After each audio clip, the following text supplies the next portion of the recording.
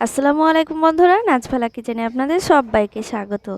আজকে আবারও চলে এসেছি একটি রেসিপি নিয়ে। আজকে রেসিপি অসাধারণ খেতে। রেসিপিটা এই পিঠাটা, এই ফিন্নি পিঠাটা তো বন্ধুরা একেবারে সহজ উপায়ে, এই অল্প উপকরণ দিয়ে, ঘরোয়া উপকরণ দিয়ে। তবে চলুন বন্ধুরা, কিভাবে আমি এই ফিন্নি পিঠাটা তৈরি করে নিই। তো অনুরোধ রইল প্রথম থেকে শেষ পর্যন্ত দেখার। তবে চলুন রান্নাটা সেরে নিই। তো এখানে আমি দেখতে পাচ্ছেন কড়াইয়ে দুধ নিয়ে নিয়েছি 1 কেজি মতো। এখানে আমি প্যাকেটের দুধ নিয়েছি ভাগীরথী, আপনারা চাইলে গরুর দুধ দিয়েও তৈরি করে নিতে পারেন। এখানে আমি এই দুধটাকেও খুব ভালো করে গরম করে নেব, মানে ফুটিয়ে নেব।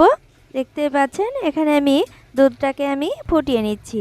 আর এখানে দেখুন আমি এখানে কামলিভোগ আতপ চাল নিয়েছি। আতপ চালটাকে আমি 1 ঘন্টা ভিজিয়ে রেখে আমি এটাকে গুঁড়ো করে নেব।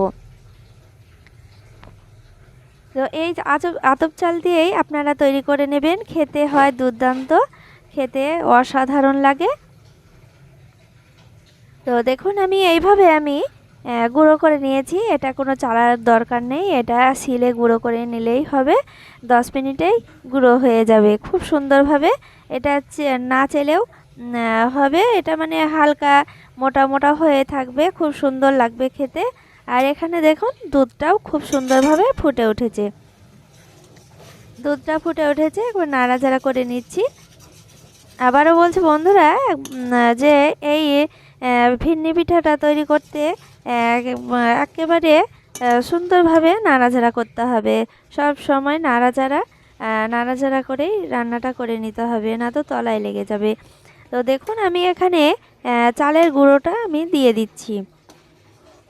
এখানে চালের গুঁড়ো দিয়েই আমি নাড়াচাড়া করে নিচ্ছি খুব ভালো করে।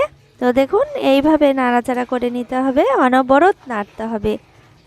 তো আমি আটাটা দেওয়ার সঙ্গে সঙ্গে আটাটা দেওয়ার আগে আমি আঁচটা একেবারে লো করে দিয়েছিলাম। আর আর আপনারা চাইলে অন্য একটি বাটিতে দুধ তুলে নিয়ে আটাটাকে খুব ভালো করে গুলে নিতে পারেন, তারপরে দুধে দিয়ে দিতে পারেন। তো দেখুন এইভাবে আমি খুব সুন্দরভাবে নাড়াচাড়া করে নিচ্ছি। তো অনবরত নেড়ে যেতে হবে। তো দেখুন আস্তে আস্তে ঘন হয়ে যাচ্ছে, এটা একেবারে ঘন হয়ে যাবে। তো দেখুন বন্ধুরা খুব সুন্দর করে আমি নাড়াচাড়া করে নিচ্ছি। এই রেসিপিতে শুধু নাড়াচাড়া করতে হবে, নাড়াচাড়া না করলে তলায় লেগে যাবে, আর পুড়ে গেলেও খেতেও ভালো লাগবে না। যে কোনো জিনিসই পুড়ে গেলে খেতে ভালো লাগবে না। তো বন্ধুরা এটা আমি খুব ভালো করে নাড়াচাড়া করে নিচ্ছি। ততক্ষণ আপনাদেরকে বলে দিচ্ছি বন্ধুরা, আপনারা আমার চ্যানেলে নতুন হয়ে থাকলে প্লিজ সাবস্ক্রাইব করে পাশে থাকবেন, আর পাশের বেল আইকনটি টিপে নোটিফিকেশনটা অন করে দেবেন। আমি যখনই রেসিপি ছাড়বো তখনই আপনাদের কাছে পৌঁছে যাবে। তো বন্ধুরা খুব ভালো করে নাড়াচাড়া করে নেওয়ার পর এখানে দেখুন আমি এখানে দিয়ে দিচ্ছি ফুড কালার। একটু কালারটা চেঞ্জ হবে, কালারটা চেঞ্জ না করলে সাদাটাও আপনারা খেতে পারেন।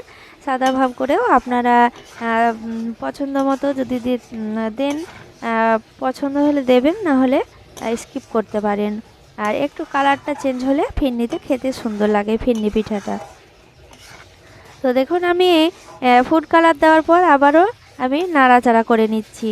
তো দেখুন খুব সুন্দরভাবে হালকা করে একটু ঘন হয়ে এসেছে। এরপরে আমি দিয়ে দিচ্ছি পরিমাণ মতো চিনি। চিনিটা আপনাদেরও পছন্দ, পরিমাণ মতো দিয়ে দিতে হবে। মিষ্টি যেমনভাবে খান সেইভাবে আপনারা মিষ্টিটা দিয়ে দেবেন। দেওয়ার পর আবারও চিনিটা গলে যাওয়ার সঙ্গে সঙ্গে দেখুন আবারও পাতলা হয়ে গিয়েছে। তো এইভাবে নাড়াচাড়া করতে করতে একেবারে ঘন হয়ে যাবে। তো দেখুন খুব সুন্দরভাবে ঘনতে পরিণত হবে, কিন্তু একেবারে ঘন করে নিতে হবে।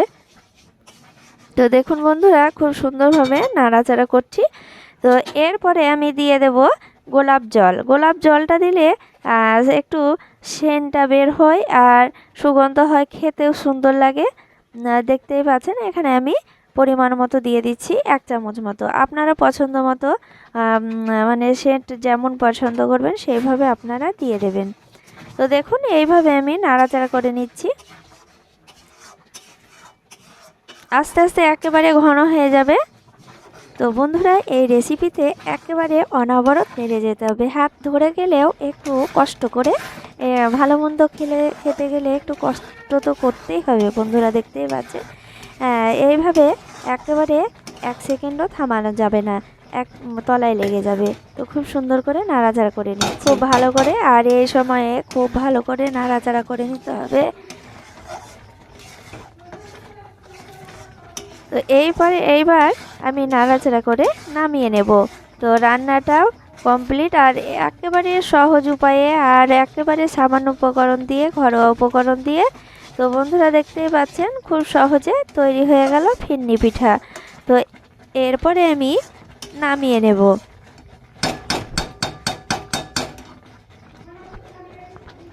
তো বন্ধুরা দেখতেই পাচ্ছেন রেডি হয়ে গেল ফিরনি পিঠা। রেসিপিটা ভালো লাগলে অবশ্যই লাইক, কমেন্ট, শেয়ার করবেন। সবাই ভালো থাকেন, ধন্যবাদ।